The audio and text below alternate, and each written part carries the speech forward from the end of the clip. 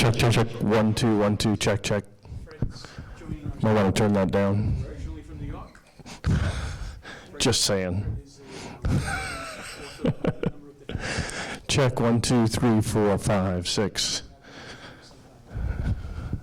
This is Studio B on the mic. Anyway, that's enough.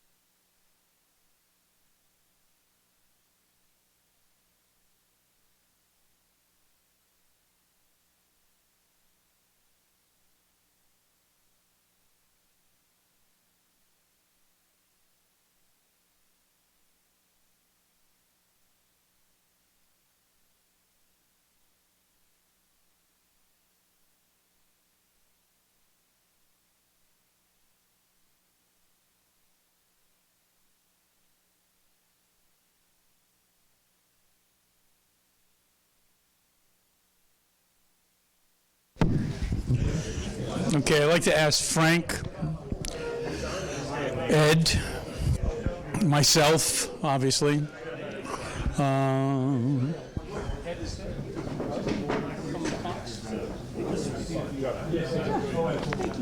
know, and I saw your picture there, and I said, eat a little bit more. You got about another 3-4 minutes. Okay. And any of those seats up there would be great. All right. We're gonna do that first? And Rick Truck, yeah, right after, when it leads from my presentation, but yes.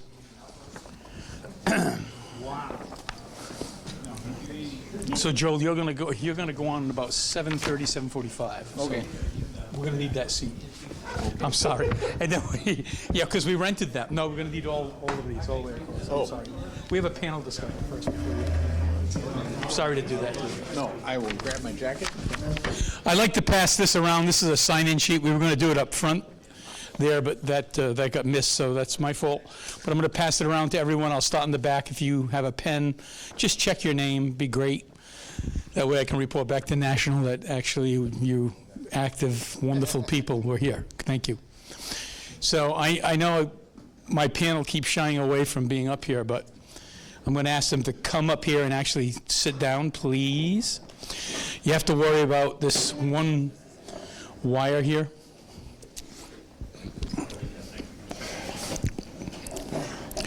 Frank's facility bought this projector this morning.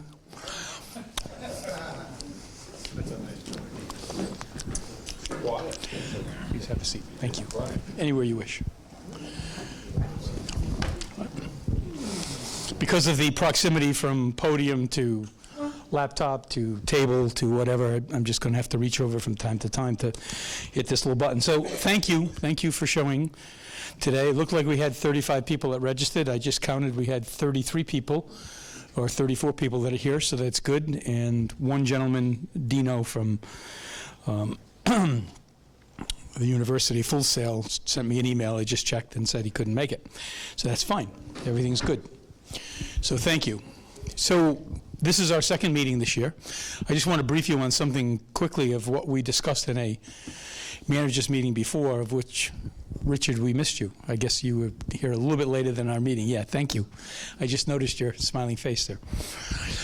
So we're looking at having a technology and manufacturers exhibit, which would consist of a technology panel or 2 or 3, and equipment, touchy-feely, meet the manufacturer, discuss things, whatever you wish to do, more of a direct sales and direct equipment approach, maybe somewhere in October. I know we talked about it earlier, but it requires a little more time than this. We did some advanced research of what it would cost us to get a conference center and a hotel, and boy, if you're in Disney area, forget it. I mean, it's not affordable. It's not realistically affordable for us.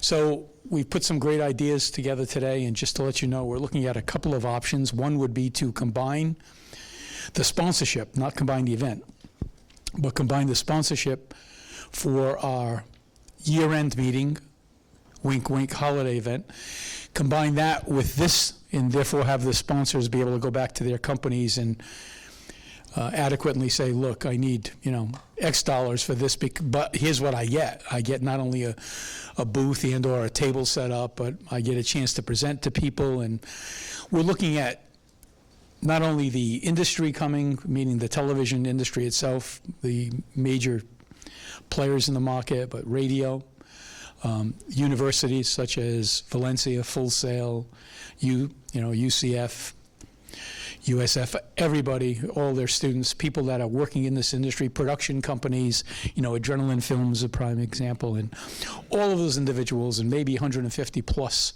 200 people would attend. And with that, we would put together some very powerful seminars, unlike myself speaking, very powerful seminars where we would maybe look at someone like a Clyde Smith to come up and speak to the group from South Florida. I got some inroads and some friends that would do a great job in motivational speaking, and then we have some technology gurus. Now, I talked to SMPTE National, and they will support us on this. They will even set up a booth for membership to not only entice, but also register young members, student members, and people that are not part of SMPTE, and support us in a lot of different ways. So that's great. The only thing they can't support us with is budget, which we understand. The organization is a nonprofit organization. It's a type C company, corporation. These things have to be planned well in advance and has to be funding associated with it.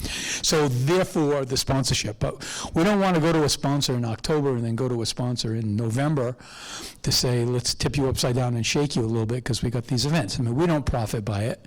And you'll see a little bit where we stand. We don't do anything with the dollars other than support our events. So that's coming your way. If you're a sponsor at this table, you'll be hearing more about that, I'm sure.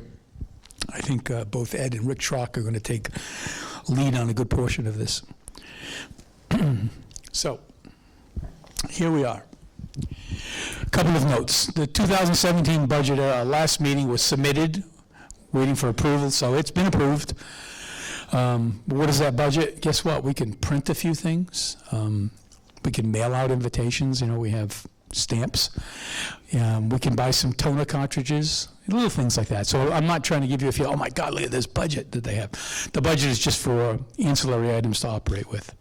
But we did have an election. We had an election process, and the terms for some of these individuals ran from July 1st to June 30th of 2019, which is a 2-year term. And the individuals that were up for re-election, even though we tried to solicit all of our members to see who could possibly come into the fold as new blood or otherwise, we were not very successful in that, except on the next page you'll see where we were a little bit successful with a little bit of power that the chair position has here through national and their blessing and all of that, and you'll see that in a minute. But Ed Cathera, Rick Schrock, Frank Torbert, and myself were up for re-election, and we were all duly re-elected. The first three, Ed, Rick, and Frank, are re-elected for a 2-year term because as managers, they are 2-year terms, and myself as the chair for a 1-year term. The chair is always a 1-year term position. Here's where the creative side works out really well for us and gives us a lot of strength going forward. In addition to that, the slate of candidates and open manager positions. We had some open manager positions due to some resignations in our group because they had to move on or they were too busy with their other workload or other things happened. We lost Robert McNeil and Don Browning, and earlier we had lost Mike Poirier, which we hadn't traditionally in place. So, by the power invested in me, is that what they say? Or vested in me, not really invested. The following individuals have been appointed to these positions because it's post-election, but they will need to run for election or re-election in the next term. So they are appointed for the 1-year term, and we had a problem with Richard, who had kind of missed the boat, and so we brought him back in here. And now in 2018, should he want to continue, he will be up for re-election. But we have Joe Adalia. Now, some of you know Joe really well. Joe is the head of technology for some of the Hearst television groups, certainly over at Wish 2, where he plays a very active role. And that's what I'm talking about, new blood and fresh blood and excitement, because he's going to help lead a lot that we're doing in addition to this very important and learned group. Richard Pearson, for those of you that don't know, Richard is with Ericsson and has been there for quite a while. Is that right, Richard? Yeah, 18 years. Well, that's quite a while. That's pretty good. Robert Stratton, some of you know Robert, some of you don't. Robert works at NASA. Robert adds a great blend to this organization, and also I've been working with Robert trying to see if we can get one of our SMPTE meetings down at the NASA facility as a tour, as well as the meeting itself, would I think would be really exciting for this group, because you can't go there. But he is trying to open that door for us, which would be really exciting. And Brian Sluzar, Brian is going to be late tonight. Brian is at an 8th grade graduation for his daughter, if there's such an 8th grade graduation. I've seen pictures posted on Facebook most recently where there's a 1st grade graduation, a kindergarten graduation, and so his other daughter just graduated high school last week, and now this one graduates 8th grade, so he's planning on coming here right after that. And Brian, we were able to appoint him because nobody wanted to run for secretary treasurer for some reason, but that's okay. Nobody wants to run in Trump's cabinet for that position either, so it kind of works out the same. So we're able to appoint Brian. However, he's only appointed for the 1 year. If he wants to continue in that position, he will also have to run for election. So you have 4 elected officers in the manager role. You have 4 appointed, although Brian was already elected. He was running a 2-year term, but we just moved him up in position, and we have 4 individuals here. So we're very strong. We got an 8-person team that should be able to do some great things for you this year. It's not all about me. My wife thinks so, but it's not. So a little financial update. We're in great shape, and we were in great shape a little while ago. So at the end of the first quarter, 2017, our bank balance is $6,956, which is not 1 penny different from December 31st in 2016, meaning we've been very frugal. We haven't spent any money. We're holding that in abeyance because we need a lot of it to go forward with our holiday event. As you know, our holiday events run $12,000, $14,000, $16,000. And as I had mentioned at our last meeting, and bringing that up here, we were very dissatisfied with service at Buca. People went without being served. The drink minimum wasn't met by them. They ran out. Speaking of Brian Saluzar, hi Brian, thanks for attending. How did the 8th grade graduation go? It wasn't a graduation. Yeah, what do you call it?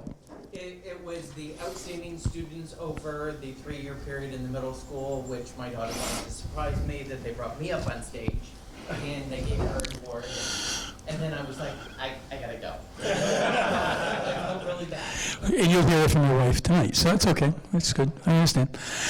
We just finished talking about you in your new appointed position, or is it anointed position? Okay. So as a point of information, as I was just saying, our bank balance hasn't changed. It's strong, and it's going to be utilized not only for the technology event, but certainly for our holiday event coming up. We're trying very hard to incorporate this vendor technology show that I talked about earlier with booth exhibits and technology, but we can't pay for this with the existing budget.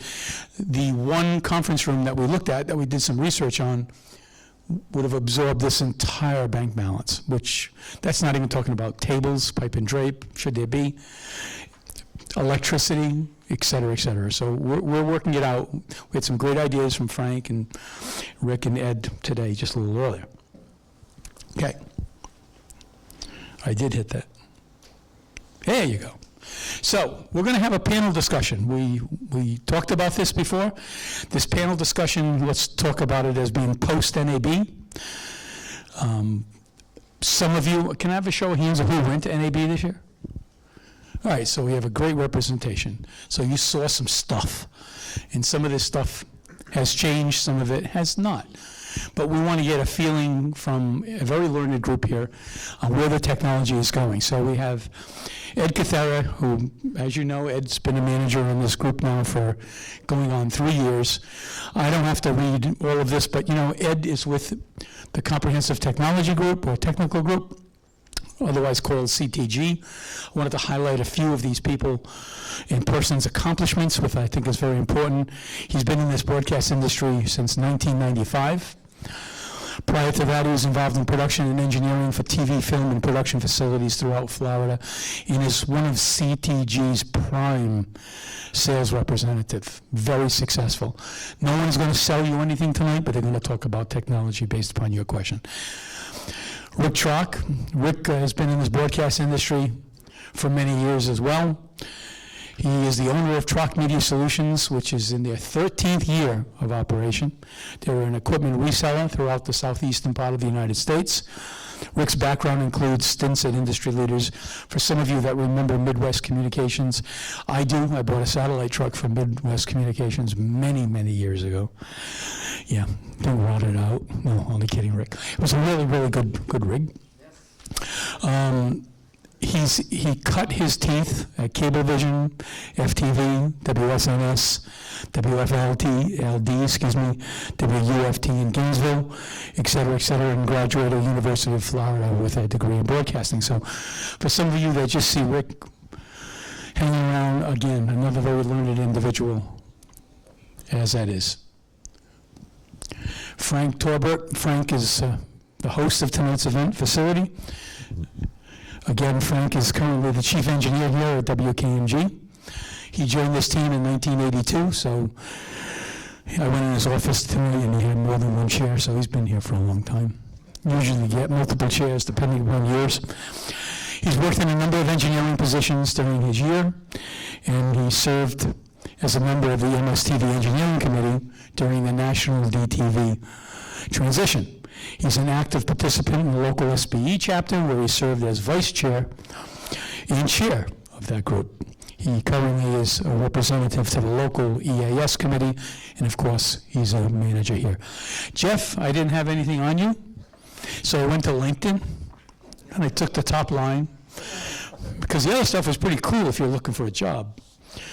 So Jeff, he's currently the Director of Engineering at FTV, WRDQ, which is the Cox Media Group here in Orlando. He's involved in problem solving, strategic planning for technical operations, all for the station group, and I'm sure it's much, much deeper than that.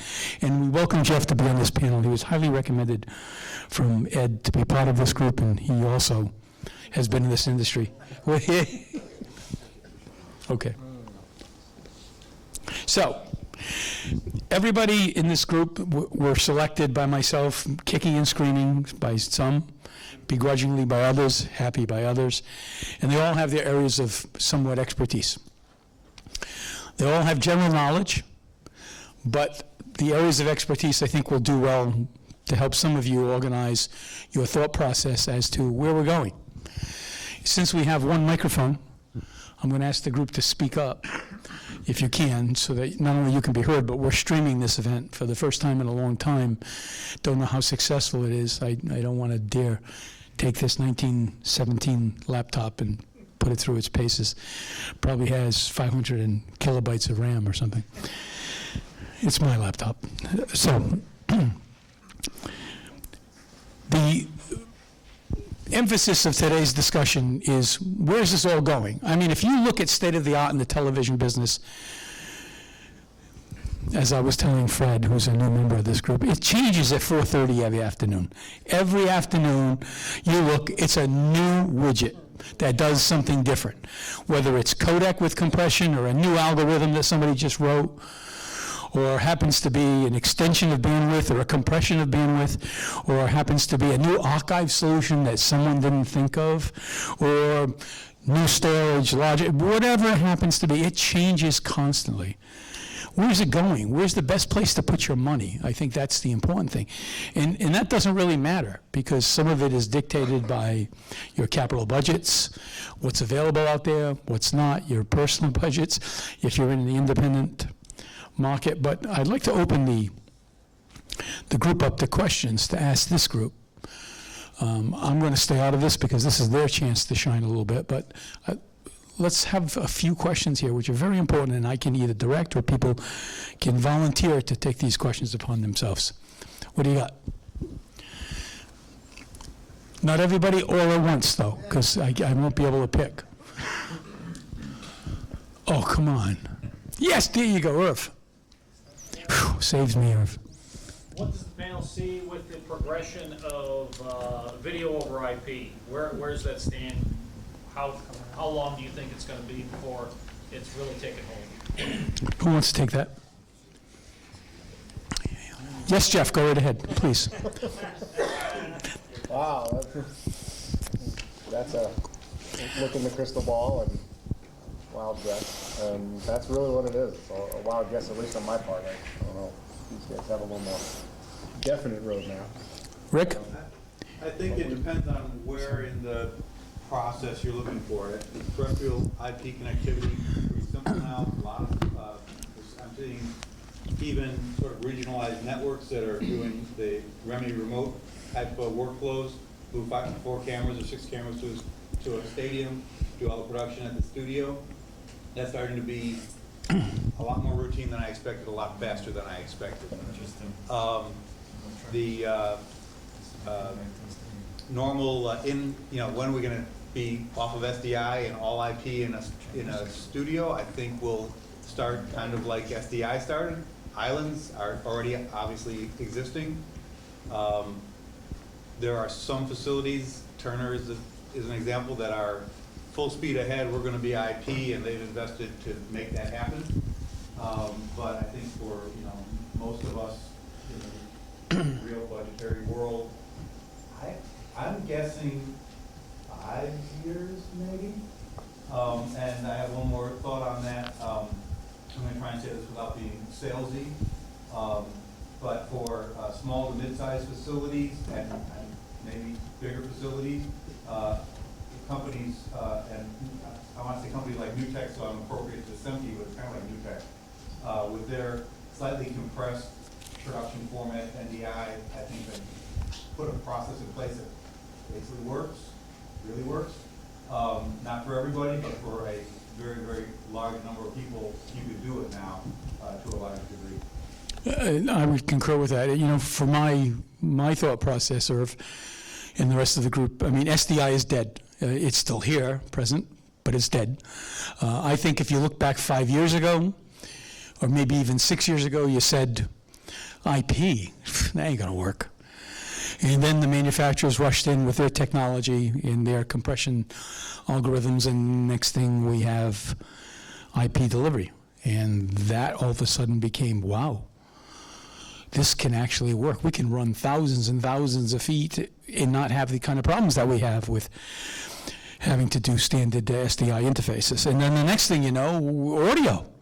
And as we know from our last SMPTE meeting with solid state logic, I mean, audio over IP, video over IP, this is all now common. And I'm sure harmonic's going to touch upon compression to a great degree, which is a wonderful thing that this all leads into.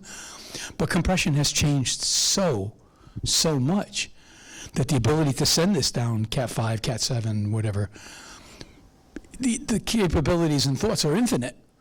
I mean, I was just playing with this stuff a couple of years ago and putting it in place. And as 4K came and I was flying around Europe and Japan and looking at some of the technologies, everybody hit, there was the hail of SDI is dead, long live SDI. So, that's it. But the problem is places like KMG and all these other facilities have millions of dollars invested into the plant they have, and built that plant just a while ago. So in order for them to make these changes wholesale, it takes somebody at the top saying, so what's our ad sales numbers? I mean, that's what it all ends up boiling down. What do we sell? Oh, I don't think we can invest those $27 million that you want this year. We're going to buy it in $500,000 increments. And by the time you do that and you get that technology loaded in your facility, that analysis I gave in the beginning, that state-of-the-art changes every afternoon comes back and hits you. As people were just finishing beautiful SD facilities, HD took over, and as people were just putting in their last dollar investment in the greatest HD facilities, along came 4K. And the next thing you know, there's 8K, and there's 12K. And what do you do? And this is all going to be driven by IP. Does that help a little bit, I guess? Yeah. Yes, please. Yes. I was going to echo what Rick. So that's what's happening. GoPros, the advent of the Red camera really dynamically changed the movie industry in a big way. There's way more digital shoot now. But so 1080p with HDR will prevail in our new next-gen TV system because it's kind of a no-brainer. Most people were talking about the SDI plant, so most of the coax you got and the patch bays and a lot of the DAs and the switches will probably survive up to 3 gig if you have anything that was pretty recent. But to get up to the Ultra HD, then you have to have 4 of those wires. So you have to have 4 HD SDI 3 gig to make an Ultra HD work, or you go this other way, and it's called IP, or fiber, or something that can carry the 12 gigabit of data bit. Yeah, that's what, WR90 waveguide? Yeah, 12 gig. It's a microwave band. No, it's your Ultra HD. So 1080p is kind of a no-brainer. It's a good barrier entry. It's better than 1080i by a long shot. You get more temporal data. And anybody that's watched live sports on 720p knows what I'm talking about. Ask Fox, ask ESPN. So 1080p will just be more spatial data at that same temporal rate. It's going to be a good story moving forward. The cool thing is with HEVC, we're already doing StatMux 5 1080p's in a 24 megabit. We showed that at the show just to be able to show we're setting a benchmark. Every time we go to a trade show, how much can we screw that knob down to make it go as fast as we can, but not make it look bad? So we're always trying to test the limits, and it's very conservative. Let me be very brutally honest. We could have gone faster, but we want to also be very protective of how we represent the company, so that's why we don't, and that's why we invite everybody to come do a demo. And then you bring your content, and then you get to evaluate. So that way you can see what's possible. But that's how you know the sense of the state of the art. That's your eyes, your content, so forth. So the diversity is, you get all these options with HEVC. What is it? Well, it's a joint ITU, ISO MPEG standard. It has 3 times as many patent holders than MPEG-2 had.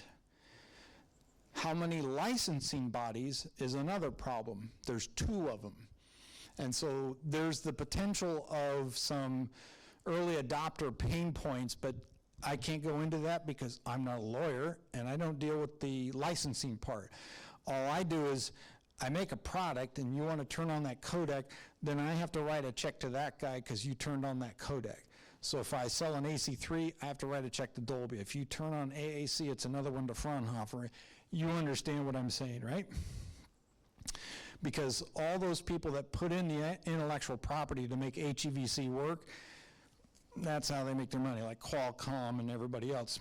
So this is the latest in a long line of video compression standards.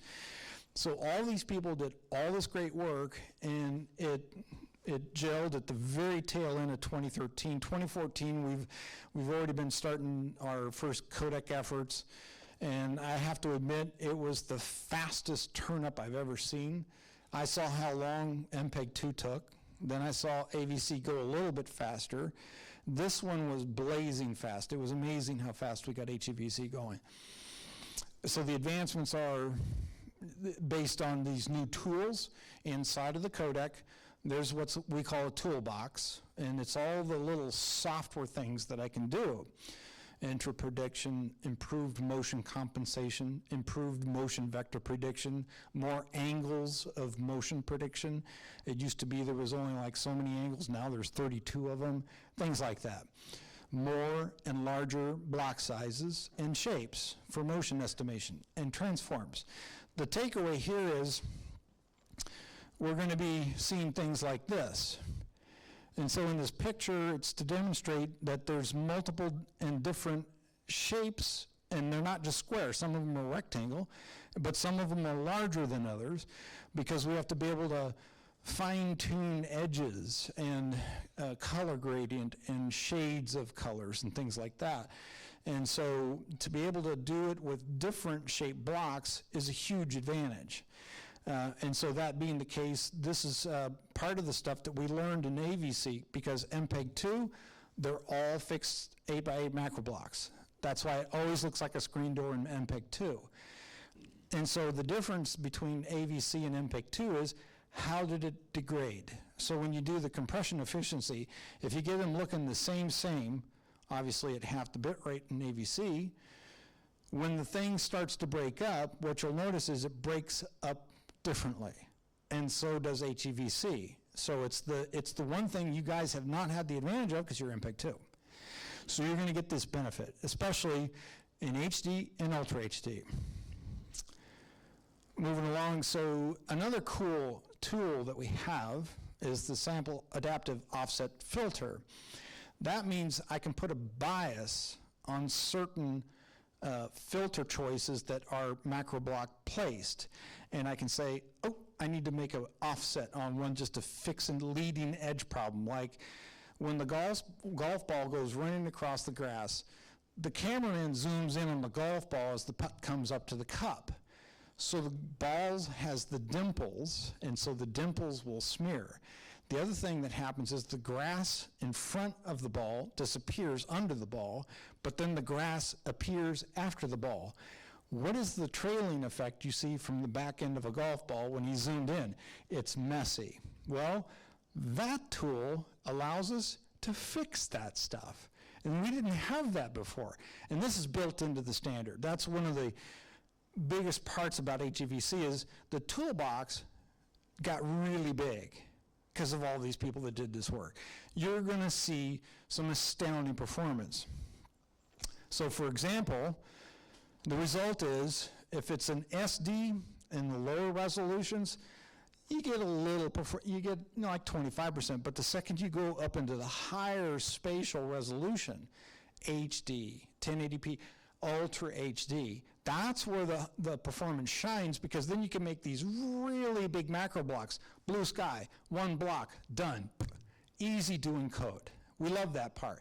That's how you get the efficiency. But it's a tiny little screen, not as much, because the blocks are smaller in relation to the size of the pixel. It's a ratio. So up here I put up a prediction chart where if you have 24 360p's in a 24 megabit pool, you're like a mobile TV vendor. That's what you could do in a 24, and that's being conservative. And that's with all the audios, by the way. We're not leaving anything out on the table, but notice I can do 2 Ultra HDs in 24, StatMux, of course, so 12 average. It's not ideal, but you can do it. And so this is kind of like where we've been providing guidance to the market. So then we have to have other things, because why? Because 4K by itself is hard to tell the difference between a nice upscaled 1080p display that has a nice chipset, like Sony, Panasonic, whatever. They do a really good job on their displays. And so it's, when you stand back from a 4K and put it side by side with 1080p, it's hard to tell the difference until you get a little bit closer. But so, quoted by USA Today, can you tell the difference? Well, not in this, because it's a stupid thing with a projector and you can't tell. But anyway, when you saw the real thing, that was the point, it was really hard to tell. And so if we actually had staged a real live, with SMPTE test bars, everything, we would have you guys right there, and you would have a tough time knowing the difference. It's that good. But so 4K by itself is just spatial. It's huge, lots of dots all over the place. Ultra HD, more than just better than HD resolution, yeah. But if you can do this cool thing, wide color gamut, increase the color volume. Go way beyond what you had in 709, go up to 2020. You get more color. Dynamic range is the other part, but color gamut is just more color depth. Then you have high dynamic range, which adds a whole new depth to contrast ratio, meaning, what's his name? He's your SMPTE president or whatever. Matthew Goldman's going to shoot me, but anyway, show us your nits. But so anyway, the nits are the thing that are the brightness level that you can punch through on a display. So where most of the screens today are only about 500 nits, that's pretty common today in the industry. The new screens coming out are 1,000 and sometimes higher. So with 1,000 nits plus wide color gamut, and then you add on top of that high frame rate, which we're now talking double 60, go up to 120. You put those all together, and like a 4K is just you'll go, it's like a window. And then you see that on a nice rich OLED display where the blacks are really black, and you're just gonna go, wow. So these are the things that if you ever get to Las Vegas for CES, and I encourage you to at least go once in your life, if you've never gone, go see some of these displays, and they are just absolutely jaw-dropping. They're beautiful. But so all this is, at the end of the day, is to be able to make it look good, and everybody's pushing really hard in the standards. It's not just ATSC, it's everybody. Ultra HD Form is part of this. DVB, everybody is trying to push all this stuff into the standard. So, of course, there's a lot of competition because of the intellectual property. That's where the patents come in, and that's when the fur starts flying, anything. Notice I mentioned something about high frame rates. So everybody that shoots with a camera knows what I'm talking about. If you shoot cinema, it's 24. But our technology is, the 5994 base, but the day will come when 120 will come out, and it will be the premium. And so there's a big, and that's 120 is included in ATSC. So this again is part of the scalability. You'll start off with your 5994 plant or 2997, take your pick. But then the day will come when a special event will come along, and you're going to want to run the 120 mode because it's wow, it's cool. And we did touch on this, but now it's going to bring up some questions. Of course, one of them is, how do you deal with down conversion? So it's a nonlinear transfer function, but do you want to do it in the head end or the customer device? CPE is not the right term, it should be consumer device. Well, so there's two trains of thought there, but the one that predominates for down conversion is, remember those chips that were in the TV? They're actually pretty good at that. They know what a transfer curve is because they have to deal with the OOTF. So the whole point of this is, when it comes from the camera and it's as good as you can get it, and so you've put all this processing in, you get it through the chain, and then you squash it at the end, let the TV do whatever it needs to do to be able to try and enhance some of that to bring it back. But if it's the other way around, if you're doing up conversion from a previously produced as a 709, that's probably your job. We believe this is one of those cases where, you have to deal with leveling now. So this is a normalization thing. If you make a standard to be able to transmit your product, you're going to probably want to have one of these processes to be able to bring everything up to 2020 color space. You want that big, the dotted line one. That's the one you want. And so high dynamic range. I'm going to be Switzerland here. I don't have a preference. I don't care. I'm the encoder, and I just have to do what somebody told me to do, and I just ship the packets and have a nice life. And so my point here is, there's a lot of different approaches, and it's the battle royale of the century. We're having a great time in the ATSC. Woohoo! It's like watching a ping pong. Back and forth, back and forth. It's just amazing to watch what happens in those meetings. But at some point, you're going to want to make certain you're able to step up the program content to meet the 1,000 nit display. When those TVs start hitting the market, you really want that to punch because that's your product and that's how you're going to make money, is the quality comes through when you do those kind of things. And the people that bought that TV are going to appreciate your channel. So the approaches are, somebody's going to have to decide at some point. Like I said, I'm Switzerland. Guess what? I can already do all those, and so can Ericsson, so can Imagine. We've already had to go do those demos. We had no choice. But so what happens in the spec, that's a different story. And so stay tuned on that. We'll come back. Basically, it comes down to metadata. So the broadcast infrastructure, we had a great conversation here about IP infrastructure, but the big thing you need to understand is when it comes time to ship stuff, you don't want to have to do everything at baseband rates. You can, but then you're going to have to invest in much bigger switches, Arista, Mellanox, all those guys. It's a big switch that I have is just nothing but 10 gig ports, but it takes 2 of those to do an Ultra HD because remember, Ultra HD uncompressed is 12, so I can't do it in one, I have to have 2.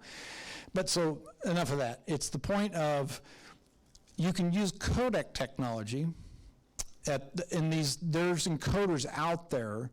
JPEG 2000 has one of a couple of frames of delay. There's low delay encoders. So if you had to get from point A to point B to be able to ship a video through IP, you'll probably use either H.264 or H.265. But both these codecs came to the market with a lot of buzz. Why? Because it was the next best thing. It's got a lot of people backing it kind of stuff. Hey, great, thanks a lot. Make my TV station work. So the promises of better pictures at half the bandwidth was a money saver. That was the whole point, was to try and make the circuit that you already have the lease for carry the stuff that you're trying to ship. Can I put another one in there? Yes, if you compress it. But H.264 needed more years to get up to speed. It didn't come right out of the gate. You know, they promised half, but it didn't get there. It took a little while. We didn't get there right away because we had a bunch of issues with silicon, but we had a problem finding decoders. They had a problem too. And so, to this day, H.264 has not fully displaced MPEG-2, just ask your cable guy. So again, both codecs were timed with consumption shift. HD happened. You guys brought the market. And so somebody said, yeah, but MPEG-2 is just not good enough because somebody in the network said, gosh darn it, I need to turn this encoder up to 11, and it won't go there. So yeah, they had that problem. So they put people out in the field to do research to find out what was the next step. Well, 265 came along because of the internet TV and the 4K distribution model. So 4K has been around for actually since about 2010, 11, but the only people that could do that were the people doing the research. Now come 5 years later, all these cameras started to show up, and now you know the rest of the story. So because of all the content, and because of internet TV, HEVC took off. So MPEG-2 was limited. It was limiting the HD market penetration because MPEG-2, like I said, we're pretty much at our limits. And the fact that I can do 4 720p's today, I don't recommend it for most of the people out there. Like I said, this guy's in a lesser market. He doesn't have very compelling content, but he makes it work. But you'll probably be happy with 2 HD, 2 SD, something like that. But so 264 was limiting the internet TV by compromises. So to be able to do what you want to do on the internet, you'd have to put a whole bunch of stuff in there to compromise how you would deliver it unless you had the control over the last mile, which you don't. But so video quality versus accessibility back in the day, HD at 1.5 megabits was not that good. Especially, you couldn't make MPEG-2 work. It would just turn into a bunch of blocks. It would just be terrible. So HEVC to the rescue. So a snapshot. This goes back to the point in 2004, the early silicon was, to do 264 was almost impossible without an accelerator chip. You couldn't do it with just an ASIC alone. You had to have some other process just to do motion estimation. It was that intensive. The encoder was even harder compared to the decoder. We had to stack up, I don't know how many chips was in this one box, but it was a heat monster, and we could never sell it because it was out of control. So there was not enough devices to decode the video, and it was even harder doing the encode. So the device ecosystem, like computers and whatever laptop was available back then, they didn't have anywhere near enough horsepower to do HD either. Set-top boxes, they had to get a whole new chunk of silicon. So they had to wait to be able to get a ruggedized design. And then internet connectivity, as you know, was what it was. We were just barely getting off dial-up. DSL was making its inroads into the market, but we know what those data rates were. Thank God, good riddance. And so home broadband was, still pretty sparse and anemic. So now let's see what happened 15 years later. We got new silicon, lots of horsepower, tons of graphics capability, new devices that are really good with sharing the battery power, phones that are amazing, and stuff that you have in your pocket, and all these new displays. Then you get this internet connectivity that's just, it's amazing what you can do on a phone these days. Well, you guys know that. So is the world ready for HEVC? Sure, we're already there.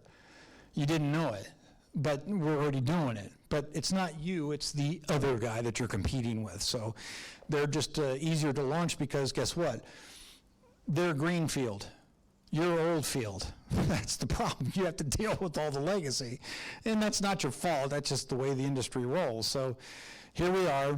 Now we're staring at the abyss, and it's lined with servers. The opportunity here is the impact on your infrastructure could literally, just ask your IT guy, look something like all those Dell computers. So is it possible to move the broadcast playoff facility in 19? Well, it started with storage, and some people mentioned that, oh, now I lost my storage.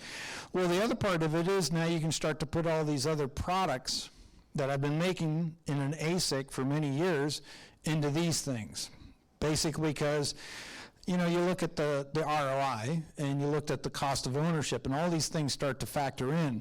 And what you're looking for is these buzzwords: unified infrastructure. It all looks the same, like little robots.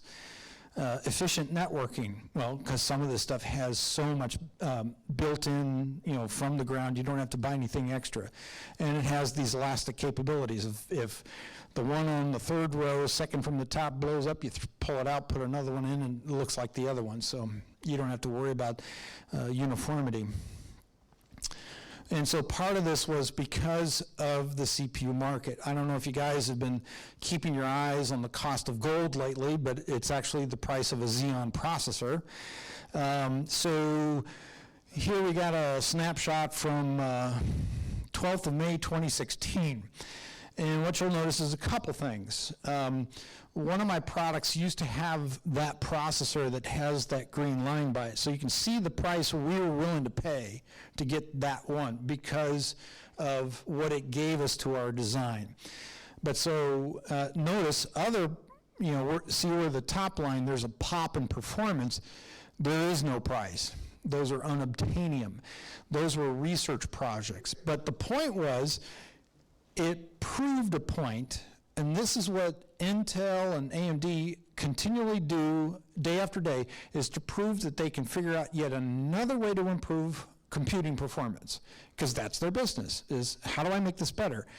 So these spikes show up from time to time, and sometimes they happen in as little as 2 years. Here's an example.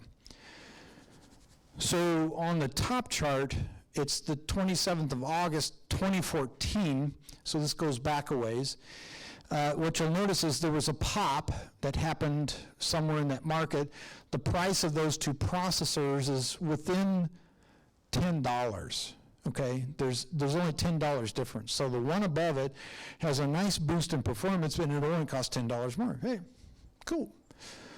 How often do you want to change your processor? I'd say about every 2 years. Look at the one down below it. That is from a couple of weeks ago, 9th of May, 2017. If you notice, the Intel Xeon E5 2679 V4 running at 2.5 gigs has a benchmark of 25,236. Well, if you look at the benchmark back from August 2014, almost 3 years ago, but it's only 16,305. One chip almost doubled the performance in a little shy of 3 years. The NASDAQ changes their computers almost annually because of the micro trading they do. That's what they're doing. They're playing the odds on what they can get away with. So the reason why we went after that is because you guys are demanding the ability to do all these formats under all these different codecs with all these different bit rates. It's a lot to keep up with. So the point is, if I can move all my applications into a virtualization, couldn't I save a whole bunch of money on my car insurance? So the answer was, yeah, sure, virtualization. Say that fast 3 times. Virtualization. You're going to learn what that means. If you don't know what it means, there's a couple of great books out on it. I highly recommend it. But virtualization allows you to spread your applications across the CPUs. So the CPUs that you put in the blades, they don't know how many applications are running above because there's a layer of abstraction. It's called virtualization, and that's the point. It literally allows you to run multiple machines on one CPU if that CPU can keep up. So then all you got to do is just keep buying blade servers. Blade servers are big cabinets with lots of power supplies, and each one of those is a computer. And you stick memory in it, it's got a hard drive, and it's like the computer on your desk, except it's a server, but it has compute power. And the reason why we did all this is because we were tired of playing this game. I have to wait for the ASIC to show up that gives me the performance, so you get to buy a new encoder every 3 to 5 years. This was terrible. I mean, it's what we had to do because why? We didn't have the compute power like we do now. Moore's Law caught up about 8 years ago. So we've moved compression as an application into the cloud or your basement server, wherever you want to host the thing. Whether it's on, rackspace.com, I don't care. You're going to come to me for the quality, and I'm going to show you how to launch this thing either in a Docker or on a virtualization, and it can be your server or his server, or your Uncle Bob's server, I don't care. But you can understand now I can improve much more gracefully over time. I can do it much faster now, much quicker, and you're going to want that. And plus, we're integrating even more. There's a bunch of, and people mentioned it here, there's a whole bunch of function collapse that's happening. You're damn straight, because guess what? When you put everything in the cloud, you have to be able to make certain you can still do EAS, you can still do COMAC, you can still do all the audio channels. If you're a PBS guy, you're doing more audio than God. But so the point is, you have to be able to make certain you can do, and it's got to do it all, and it's got to be perfect. And that's why we're headed there. So you take all those products that we used to make over there and shove them into these things with a lot of blinky lights, and you were able to move away from device-specific software, hardware-defined architecture, bespoke ASICs. You moved on to function collapse, IP standardization. Yeah, go get the IT guy and explain to him how to spell television. It means you're on the air 24 hours a day, including Thanksgiving. Rich Friedel said it best. I get an IT guy, and I explain to him, you like Thanksgiving, you look like a pretty healthy guy. Well, where do you think the TV comes from? Ding, light bulb goes off. So here comes 3.0. I was told to speed up.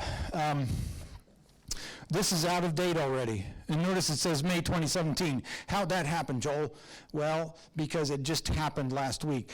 A341, the video spec, just moved up. We're on our way. So everything in the skyscraper is, you can see down below, is all the finalized. These are published specs. You can go to the ATSC website, go to the pull down under standards, select 3.0, bang, you're going to see all this. They're there. So I encourage you to start taking a look at these things. Now, it's going to put you to sleep. Great bedtime reading material. But it's what you're going to have to start to know.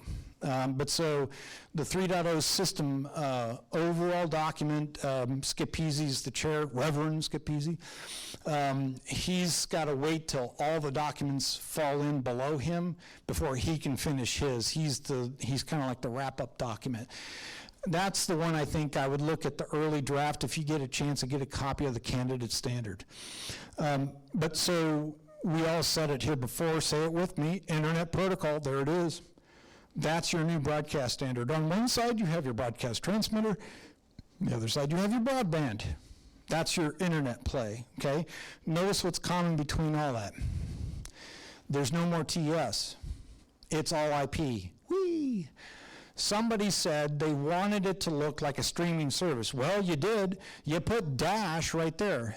Dynamic adaptive streaming over hypertext. So the whole point of this is they made it so that it was internet play ready. And then we taught the rest of the system to work around the layers. So that's why you'll see the physical layer is the new physical layer. Then you see a data link layer. We made an ALP packet. We'll talk about that in a sec. Then you go IP, then you go UDP. Great joke. I got a UDP joke for you. I'm going to give it to you, but I don't care whether you get it or not. He got it. He got it. That's a great joke, by the way. I don't care whether you get it or not. Okay, so, because UDP is, okay, never mind. So the TCP side, though, this is how you're going to get your back channel. This is how we're going to manifest targeted ad response and be able to get, oh, that's right, Nielsen, good luck. You got your own connection. You can now have your own people meter capability. It's built into the protocol. I'm not lying. So anyway, everything looks like a TV until you get up to the top, in which case it does include layers that have data handling capability. So they're talking about loading apps in your television. But before you get there, you got to have a modulator. You can go as low as 830 kilobits. Why? Well, because you can have more than one PLP. Today you have one PLP. It's running at 19.392658 megabits per second. That's a single physical layer pipe. Now you can have up to 4. Actually, you can do more, but the TV guarantee is that the TVs will support a minimum of 4. So that means you can have one PLP at 830 kilobits and another one that's faster, and then another one that's faster. And so the point here is you can stack up your services in different layers of protection. So it depends on where you set the forward error correction, and that's why that chart is there. But in general sense, a lot of us are going to be just the pragmatic that we are. We're going to start off with a single PLP, and you unlikely will probably have somewhere around 25 megabits of payload performance. And it's a reasonable use case. I've talked to a bunch of people about that. So from 1939, you're going to be able to go up to 25. So you just got a payload boost. That means you can do more with what, it's more spectrally efficient. That's the word we use. Receivers will support a minimum of 4, but you don't have to start with 4. It'll do 2, it'll do 3, but don't go beyond 4. But so this is where we get into where we can link single frequency networks. They were a big part of the consideration of this spec. The modulation frame allows extensibility. There's 256 frames. Some of them are the bootstrap, some of them are this other signaling, but everything else is you guys. You get to put payload in there. Well, there's a thing called a future extension frame. A FEF frame can actually be 5G Wi-Fi. It can be in your transmitter. But recall, you're a broadcaster, don't forget, you're one way. So don't think you're going to start competing against the 5G guy right off the bat. Okay, then up from the modulator, you have to deal with this link layer. Well, there's the IP pipe, and there's uncompressed and compressed. There's the future extension, and so basically there's a little bit logic thing here that talks about how the IP packets are delivered to the modulator, but notice MPEG-2 TS is there. Nobody's suggesting that we're going to revive that market, but IP is certainly the whole point to this. UHD is not alone. We covered this. I'm moving up faster because I have to. Oh yeah, AC4 in the United States. Does everybody understand that's the next compression standard? It allows almost twice the density of the bit rates you're running now. So a 5.1 and 192 is actually very impressive. I got to run that demo in San Francisco. The audio channels versus objects is another good thing. So you'll still be able to support stereo and 5.1, but then you're going to be able to add objects on top of that. So if you thought your audio plant, the embedders were getting complicated now, wait till you run out of embedding capability. That's why the IP guy came along and solved the problem of carrying audio inside of IP, because we had to go beyond just embedded pairs. So anyway, we're going to be able to support both channels and objects. That's the cool thing. So moving forward, I got to move faster. Transition over the next 2 years. Next 2 years, starting now, right now, from here. I'll be back in 2 years, and you might be retired by you might want to be retired by then, but we'll see. I'll bet you a beer we're all going to have less hair and more gray, because this is going to be painful. The broadcasters will require these products. We talked about it briefly. The hybridization is already started. The products have being able to take in compressed streams over a TS over IP and SDI at the same time. Those products are coming out now. You see a lot of the IRDs already have a tuned output that can support either IP or ASI at the same time. Those kind of things they're very common. The modulation flexibility that you are going to need is what you're going to want to be able to modify over time. You're not going to just set it and forget it. You're actually going to want to start to do research and come up with ways. You remember that data path we told you about? You're going to want to get two-way data, so you're going to want to come up with a way to be able to read the feedback. You're going to collaborate. We hope that the FCC steps up. We are predicting sometime in October. Then the few things remaining are the minor details, like I showed you on the skyscraper. They're minor details. We can move on. And then we need to raise the awareness They're apparently not going to show up with the TVs in Walmart until we start transmitting. They're really being silly about it, but we hope the gateway shows up. The TV may come a little bit later. The gateway will be like a little Roku box type device that's going to have numbers of tuners in it, and then it'll have a broadband IP connection that'll then be able to serve out like a smart TV application they'll be able to load, and then be able to tune ATSC3. Almost there. So you can't do 1 and 3 at the same time. I think everybody in the room knows that. So you're going to find somebody to do a channel share. Now, how fast is going to happen? We don't know, but I think the FCC is going to have something to do with it. The slow model suggests 1 or 2 stations will host. This is the translator activity, channel share thing. The fast one is if the majority of the stations, which are in phase 1, have a gun to their head, they're probably going to be looking to make a jump probably as soon as next year. In neither scenario, the main goal is to make certain you don't disenfranchise your current viewers. Nobody's suggesting that. That's why you're going to do channel share. So that's why we have this slide. You're going to coordinate. You're probably going to discuss things like MFN, SFN.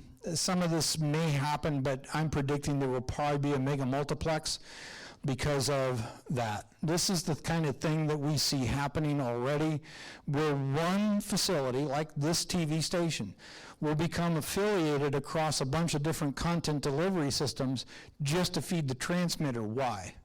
Because then you're just a pure transmitter, and you don't care whether your studio right here has the content or not. You're trying to make money off your stick. Right, Chief Engineer? Exactly. It's kind of like the separation of church and state. It's going to be, the multiplexing business is going to be a separate P&L because channel share allows that, and that's what the FCC wanted. Nothing new here. So to summarize, file-based workflows are moving into the cloud. We already talked about that. Now, how are you going to turn this TV station into a cloud operation? Well, probably not going to happen overnight. What do you guys think? You can go buy the Dell server, and you can get your IT guy to build the instances on the hypervisor, and you can do it yourself. Heck, if I can do it, you can do it, okay? So last but not least, Moore's Law is continuing to hold. I don't know how. We're getting down to the atomic level. I mean, we're down to quarks almost, but as long as they can keep making processors that go faster, we're in for a good time here. It's going to be much more fun to be able to do this stuff in just servers. And that's a lot of what Chris and I, we've been working on. So here's my claim to fame as a broadcaster. So this was WREL. We lit off last year. You can see Sam Matheny back there. He's there. And these are the guys. So there's Trevini, there's ERI, there's the Gates Air guy. We were the Breakfast Club. So we're the guys that every time somebody wants to do a 3.0, they give us a call. So we're working together to be able to get these things off the ground. But it's not just us. It's all these characters. And I think maybe some of you know Pete Socket, Rich Chernock, Rich Friedel, Mark Aiken, the guy from Wiley and so forth. There's Mr. Wiley right there. He's now a really big consultant in Washington, D.C. I got to talk with him. He's being flanked by a couple of FCC people. There's Shelley from the Pearl, and there's even the commentators from the magazine. So it's a whole bunch of people all working together. And I'm actually gratified to, say that I get to work with some of these people because they are really hardworking, very smart people. And I really thoroughly enjoyed my ride, and I think I'm out of time. Here comes the hook. And we'll do questions. I mean, if we have time, I can do. We have a couple of minutes if there are any questions. Sure. Fire when ready. You mentioned very, very briefly what I thought I heard you say about the 5G relationship. Yeah. Could you talk a little bit more about how you see 5G fitting into the ATSC3 future? I only touched on it because it's a possibility. I wouldn't suggest that that's a good way to modulate, but in the spec, if you pull up A322, you can read about what's called a future extension frame. So that's basically saying you, in the bootstrap, you can announce some of the frames being modulated a different way, which has not been defined yet. So the potential is you can play with the waveform yet another way. So in other words, right now there's QPSK and QAM. There's maybe 2 others that I can think of that might show up. But, you know, we don't know what we don't know. Sorry to quote Donald Rumsfeld, but the 5G is just one of those things because it's a MIMO thing. They're talking about this being MIMO-like. So this is the point, is that you can literally change the color of your underwear the next day and salute somebody different. If you want to change your modulator, we didn't stop you in the standard. The standard allows it now. We didn't have that before. One more question if there is one. Yes. Is there a conclusion in the diagram you were showing with the other place that the broadcaster becomes a common carrier? That, you know, governmental or whatever else there is, that they are providing a bit delivery service and they don't care what studio is producing content? So that's a great question. I think this is the most relevant for this audience, is the question of what is the business you want to be in? Well, you want to be the one that makes money. So if what you had to do on a VHF was to launch a single frequency network, it's not just one transmitter, it's multiple. That way you get the power level. So that's one of the options that's being described in that diagram. Second, where you get your content will be based on the contracts that your business will allow. So in other words, when you do a channel share agreement, you're going to do one that's compatible with your business model, the one that everybody's happy with, the one you can make money with. So you're going to get a difference of where you get your content from, and you're going to start integrating systems that are different than a single stick. The potential is you could grow that model beyond a single frequency network. You can create a multi-frequency network, and then you can also do bonding. And so the standard allows lots more options to be able to do different things that you've never been able to do before. And the potential is you just have to deal with more muckety-muck FCC paperwork just because you're dealing with so many towers or more frequencies, or you know where this is going. It's more paperwork. But hey, if that's the way you make money, I'm here to tell you that's just another way. You didn't have this before, and that's the point of that drawing. I think that's it. We're out of time. Thank you, Joel. This was a great experience that you've given us. Special thanks to Chris Shockey, also from Harmonica, that arranged Joel to come down, which is great. And even though Joe Adalia is not here, it was Joe that originally set it up with Harmonica, and a special thanks to him. And just as a note, Robert Stratton, who's our other member, and I mentioned to you a little earlier about Robert and his position with NASA, he sent me a message. He was watching the streaming online, so he was enjoying it, but he specifically said that he wished he could be here, but he's prepping for a SpaceX launch for a static fire. So that just leads a little more credence to what we were saying about getting a meeting down there and having fun. So thank you. Yes, we do. So thank you again for attending our next meeting going forward, and our next meetings going forward, we're going back to the 2 presentation route, so I know that was very good. We get to have 2 skilled people present similar to what Joel did this evening. The panel discussion that we had today was lively. I wish we had set more time for it. I didn't expect it to be as I want to say is involved by yourselves, which was wonderful, and a couple of comments I had back there was, boy, that panel discussion went different than I expected, meaning better with participation. So I just wish we had plotted more time. And again, you don't need me to speak up here any more than what we have. I know we tried to have this facility to 9. It's straight up at 9. So thank you for coming. We'll be in touch. There'll be 3 more meetings this year, and we'll get those out to you as soon as possible. Thank you again, everyone.